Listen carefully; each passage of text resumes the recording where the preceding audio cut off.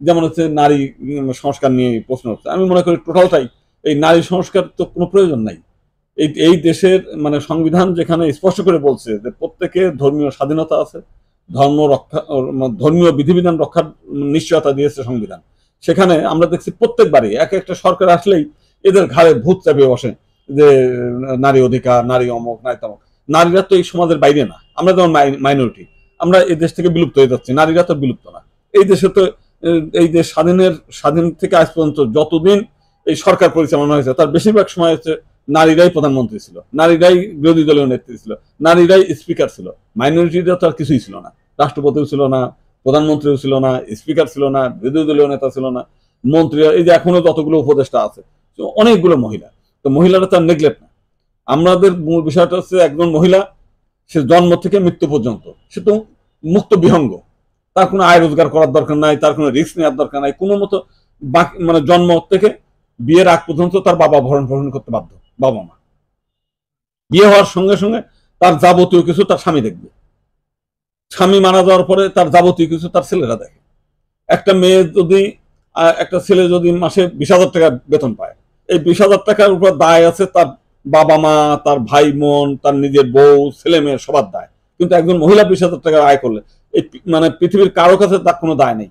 তার স্বামীর কাছে দায়বদ্ধ না, সে পিতার কাছে দায়বদ্ধ না, মাতার কাছে দায়বদ্ধ না, ভাই বোনের কাছে দায়বদ্ধ নাই, এমন নিজের সন্তান কন্যার কাছে দায়বদ্ধ নাই, তার স্বামীর কাছে দায়বদ্ধ না, এমনকি তার নিজের কাছে যে দায়বদ্ধ যে ঠিক আছে আমি নিজে আয় করি, আমার এই আয়ের টাকা আমাকে খেতে হবে, তাও তো না। তার মানে তার টাকা তার রিজার্ভ, তাকে ভরণ পোষণ করবে তার স্বামী, তার পুত্র, তার মানে পিতা। তাহলে একটা মহিলাদের এই যে যারা কোটা হিসেবে চাকরির কোটা দিচ্ছে, কেন মহিলাদের চাকরি দিয়ে তো সমাজের মধ্যে একটা বৈষম্য তৈরি করা হচ্ছে। একটা যদি মহিলাদের দায় থাকতো যে ঠিক আছে তুমি সরকারি চাকরি দিচ্ছে তোমাকে কোটা কোটা হিসেবে কিংবা বিশেষ যোগ্যতায়, মানে যোগ্যতা অনেকে কম যোগ্যতা, আমরা দেখছি এর আগে প্রাইমারি স্কুলে শিক্ষক নিয়োগে সেখানে ছেলেদের ক্ষেত্রে ডিগ্রি পাস, মেয়েদের ক্ষেত্রে এসএসসি পাস। তাহলে এতেও তো মানে ছেলেদের সঙ্গে একটা বৈষম্য করা হলো। এবং এই যে তার যে বিশেষ কোটায় 60% কোটা ছিল, সেই বিশেষ কোটায় চাকরি দিয়ে তো সমাজের কোন কাজের উন্নয়নে, সমাজের কোন উন্নয়নে তারা কাজে লাগছে? সে তো কারো কাছে দায়বদ্ধ না, সে কারো ঋণ পরিশোধে দায়বদ্ধ না, স্বামীর কাছে দায়বদ্ধ না, নিজের ছেলে মেয়ের কাছে দায়বদ্ধ না, এমনকি নিজের ভরণ পোষণের কাছেও সে নিজে দায়বদ্ধ না। তাহলে এইরকম একটা বৈষম্যকর জিনিস এবং আরো বেশি করে বৈষম্য তৈরি করা, এতে তো সমাজের জন্য অত্যন্ত ক্ষতিকর। এবং কেমন ক্ষতিকর দেখেন, ওয়েস্টার্ন কান্ট্রিতে মানুষ এখন বিয়েই করে না, ও মানে ওই কি বলে যার সন্তানের ছড়াছড়ি।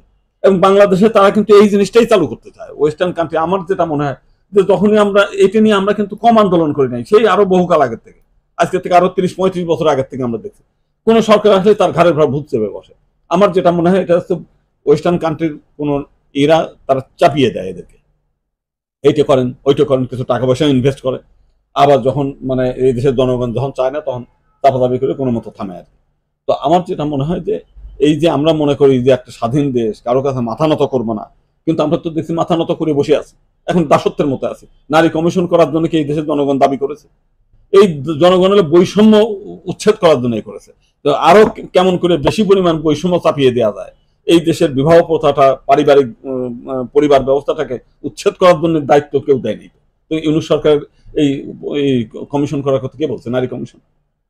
বরং মাইনরিটি কমিশন করার কথা আমরা বলে আসছি আরো 35 বছর ধরে, কই এটা নিয়ে করে না। যেটা মানুষ চায়, সরকারের দায়িত্বটা কি? সরকার হলো জনগণের সেবক, জনগণ যা চাইবে জনগণের ইচ্ছার প্রতিফলন ঘটাতে হবে তার। কিন্তু আমরা দেখতে পাচ্ছি কি তারা নিজেরা আমাদের ঘাড়ের পর চাপিয়ে দেয়।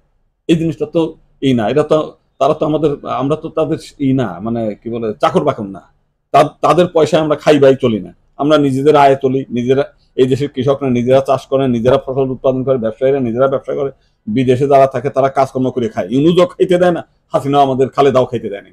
তারা হচ্ছে এটাকে সুষ্ঠু বন্টন করবে, পরিচালনা করবে, দেশটাকে সুন্দর রাখবে, এই জিনিসটা করবে। কিন্তু তারা না, এই জিনিস না করে বরং উল্টো হচ্ছে এই দেশের জনগণের পর তাদের মতামতটা চাপিয়ে দিচ্ছে।